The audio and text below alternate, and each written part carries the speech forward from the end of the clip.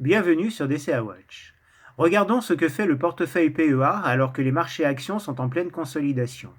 Je rappelle qu'il est composé de 11 actions dans des secteurs d'activité différents qui offrent un bon rendement avec des fondamentaux solides. Si on avait investi juste avant la crise du Covid, on aurait vu le CAC 40 gagner 17% en 3 ans et demi. Total, Air Liquide, LVMH et L'Oréal ont surperformé l'indice. Par contre, Danone et Orange végètent dans le bas du classement, et les 5 autres titres ont une performance très moyenne mais se rattrapent avec le dividende. À titre de comparaison, j'affiche un ETF CAC 40 et un ETF Eurostock 50.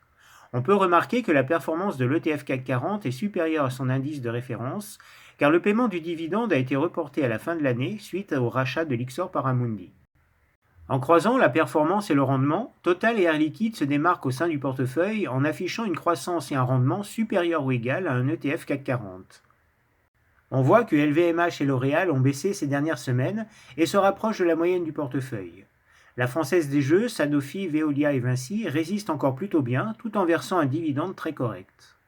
Et de manière plus concrète, si on avait investi 1000 € sur chaque ligne, on aurait fait une plus-value de 14% depuis 2020, avec un rendement moyen de 3,7% par an. On se situe donc entre le CAC 40 et l'Eurostock 50, avec un rendement supérieur de 1 point. Regardons maintenant le CAC 40. Il reste dans sa phase de consolidation moyen terme avec prise de bénéfices. Il est passé sous ses EMA 13 et 34. En fait, il est revenu sur le plus bas de la fin juin. Et désormais, il a pour ligne de mire les 6900 points, qui correspondent au plus bas du mois de mars. Comme je l'évoquais dans une vidéo postée fin juillet, je pense que le CAC 40 n'a pas la force de franchir la résistance des 7600 points, et qu'il va au mieux évoluer à plat. Et quand le ralentissement économique va s'installer, sans pour autant que les banques centrales baissent leurs taux pour continuer à juguler l'inflation, eh bien je pense que le CAC 40 peut revenir facilement sur les 6500 points. Ce qui correspond à la Senkube d'Ichimoku en pointillé bleu sur le graphique, et représente une baisse de 15% par rapport au plus haut réalisé fin avril.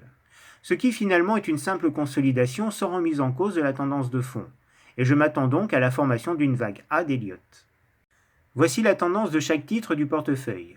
Il n'y a pas de changement par rapport à la semaine dernière, sauf pour Vinci qui est vite revenu en phase de consolidation après avoir affiché un signal d'achat. Et Total caracole en tête grâce à la remontée du pétrole. Commençons par Sanofi dont la tendance est positive à moyen terme. Mais le cours vient buter pour la deuxième fois cette année sur le plus haut de son range entre 102 et 104 € qui fait office de résistance. AXA et Veolia sont dans la même situation. Tout comme le CAC 40, L'Oréal consolide avec prise de bénéfices. Le titre vient de casser à la baisse le support des 400 €, et le cours peut donc facilement revenir sur le prochain support des 370-380 €, qui est doublé par la Senkube d'Ichimoku. De son côté, LVMH semble être en avance de phase dans le mouvement baissier. En effet, la tendance est négative et le titre a cassé 2 supports en septembre pour maintenant rejoindre la Senkube d'Ichimoku. Il pourrait revenir sur les 670 € et retrouver les niveaux de ses précédentes zones d'achat. Enfin, Vinci, qui affichait la semaine dernière un signal d'achat, est vite revenu en phase de consolidation. J'ai l'impression que le cours est en train de dessiner une figure en tête-épaule.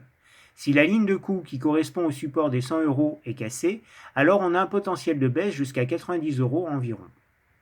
On voit donc que le CAC 40 accentue sa consolidation alors qu'il évolue à plat depuis plusieurs mois. On peut envisager un retour sur les 7000 points, d'autant plus que LVMH est en chute libre alors qu'il représente 15% de l'indice. Voilà pour cette semaine. Bien sûr, ceci n'est pas un conseil en investissement, mais juste un partage d'expérience. Sur ce, bon investissement à tous.